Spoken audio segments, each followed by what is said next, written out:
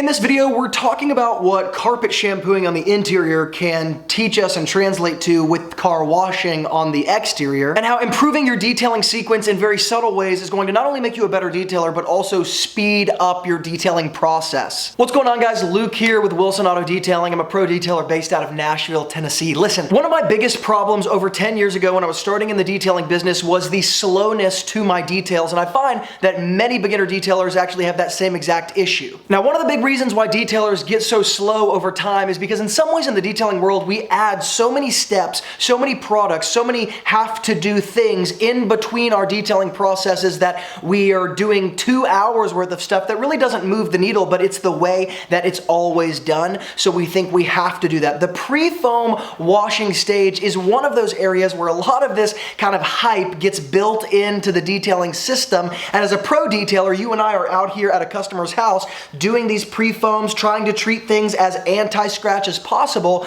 and in a lot of ways, we're not actually treating it as anti-scratch as much as we're just slowing ourselves down. Now, before we get into this, make sure you guys go below in the YouTube description box and grab my free Essential Detailers Toolbox. This is the top 12 tools and products revised and updated for this year that I suggest for all pro detailers who want to get started, all for under $500. It's the first link in the YouTube description box. Click that, put in your email, we'll send it straight to your inbox. Now let's get into the video. What you guys see in front of me is not only 3 different foam cannons, and by the way, I've used all foam cannons across all sorts of price ranges. These two are generally more inexpensive. This is about $100 MTM foam cannon. I've used all of them. They're all fantastic in their own ways. But here's what happens to most detailers in this particular part of their detailing business. They're using their MTM foam cannon, whatever it is, they're spraying down the car, getting it foamy, making sure it gets everywhere. They're letting the foam sit, then they're washing it off, then they move to the agitation wash. In the agitation wash, what happens? There's tons of areas of the car, particularly the lower rocker panels, that really the pre-foam stage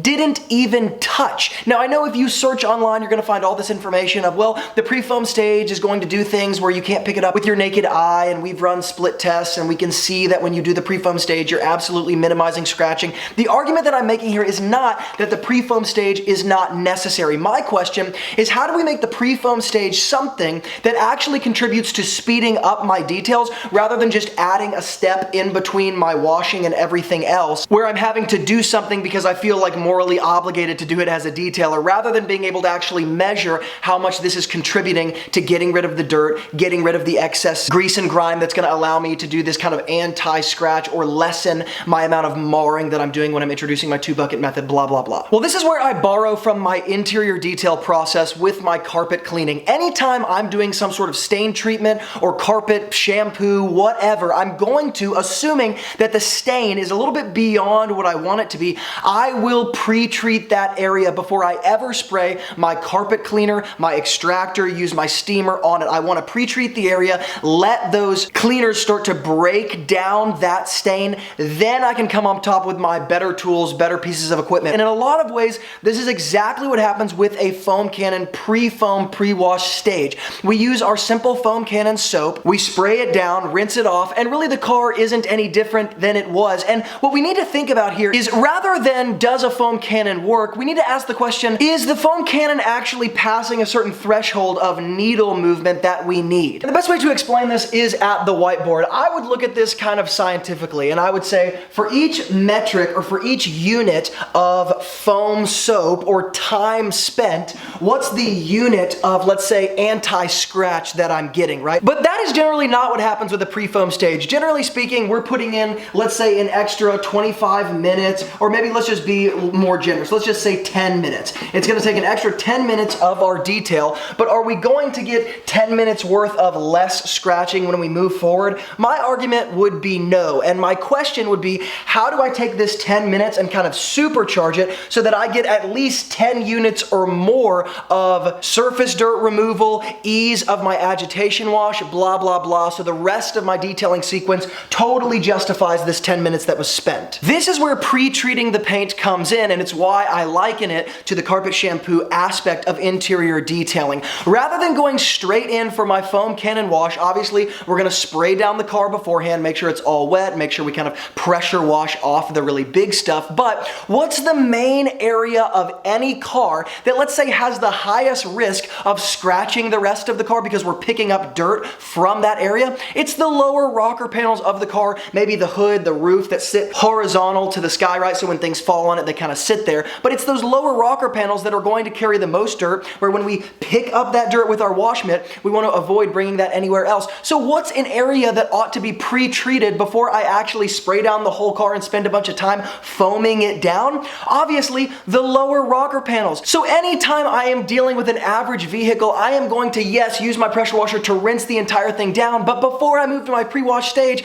I'm going to use a product, which I'll show you here in just a second, to pre-treat those lower rocker panels, maybe the hood, maybe the roof, depending on how bad these areas are. Let it sit for 2 to 3 minutes, then push my foam on top of that chemical and then begin to rinse it off. What I'm doing here is I'm making the most of my pre-foam stage. The point of the pre-foam is to pull off as much of that surface dirt as possible so I can move into kind of this anti-scratch washing method with my 2 buckets or whatever. So the point here is that we need to make sure we're doing that if we're going to take the time to foam a whole car down and then rinse a whole car off. Too many detailers are doing this, and it's just not moving the needle, because frankly, we're using soaps that are like wash and waxes, ceramic-based soaps in our foam cannon that aren't actually designed to really strip the paint. And so this is another area where I would say don't use these ceramic-based soaps, these wax-based soaps in your foam cannon when you're trying to strip something off, assuming you're not doing something like a ceramic coating maintenance. Use a soap that is going to be aggressive and pull stuff off the paint. Now I want to show you guys a few products that I suggest for those of you who actually want to do this. The first product that I would recommend using in terms of pre-treating an area, and most of these products are going to be diluted around 5 to 1, 10 to 1. If you're nervous, do something like 20 to 1. We'll talk about times to do that. Optimum Power Clean is probably my favorite product to dilute about, let's say 10 to 1 to be safe, in order to pre-treat car paint on those lower rocker panels, maybe the roof, maybe the hood. If you don't have Optimum Power Clean or you're looking for something less expensive, Super Clean is always something that I keep in my back pocket to do this. I would dilute this a little bit heavier, let's say 15 or 20 to 1. And then of course, this is kind of my secret weapon. Meguiar's Wheel and Tire Cleaner, non-acidic, is a great alkaline-based cleaner for, yes, the wheels, tires, and wheel wells, but when diluted 10 to 1, it also works really fantastically on the lower rocker panels of the paint, as they do tend to actually accrue the same type of dirt that the wheels, tires, and wheel wells accrue as well, for obvious reasons. Now, the reason why I push Optimum Power Clean is because that particular product is actually designed, as many Optimum products are, for a specific area, and this is designed to be used on painted surfaces as well as other surfaces, but it is, once again, one of those products that is engineered for a purpose like this. Sometimes when you're dealing with things like Super Clean and you don't dilute it properly, people have a risk of damaging something. When is one of the times where we want to avoid using one of these that isn't diluted at a heavy level? It's when we're dealing with faded paint or old paint. If we've got an old car that isn't washed on a regular basis and has kind of oxidized, faded paint, we want to avoid using a product like this unless it's heavily diluted. We're talking 25, 30 to 1, because it will end up kind of staining, in some sense, whatever's left of the clear coat. It's a pretty common phenomenon with the thing that I'm talking about here. Now, what is the other thing I suggest doing in addition to not using a ceramic or a wax-based foam soap and pre-treating the outside of the car in those specific areas before you do foam, just like you would pre-treat an area if you're cleaning up a stain? I want you to put the same chemical inside of your foam solution. If I'm using Optimum Power Clean to pre-treat those low rocker panels,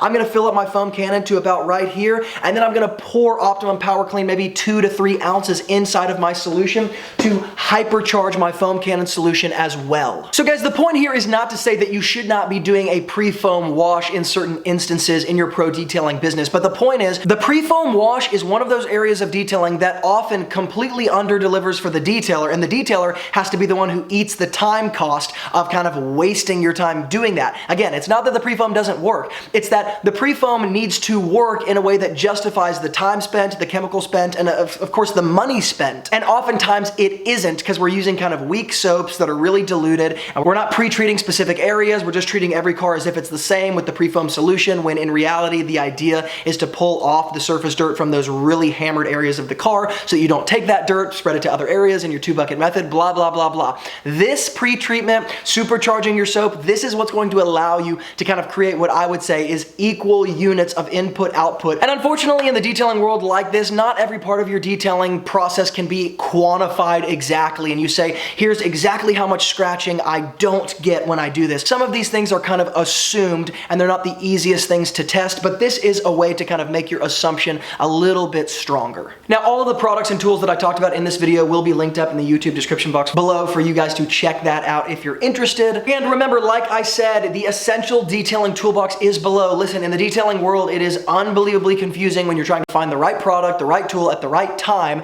and it's much easier to just have somebody who's wasted their own money to teach you how not to do that. So go grab the PDF as well as the free 7-part video series below the essential detailing toolbox. All those tools and products are available for under $500 if you want to get in the detailing business today. And as always, guys, thank you so much for watching. And from Luke here at Wilson Auto Detailing, keep working hard, and I'll see you in the next video.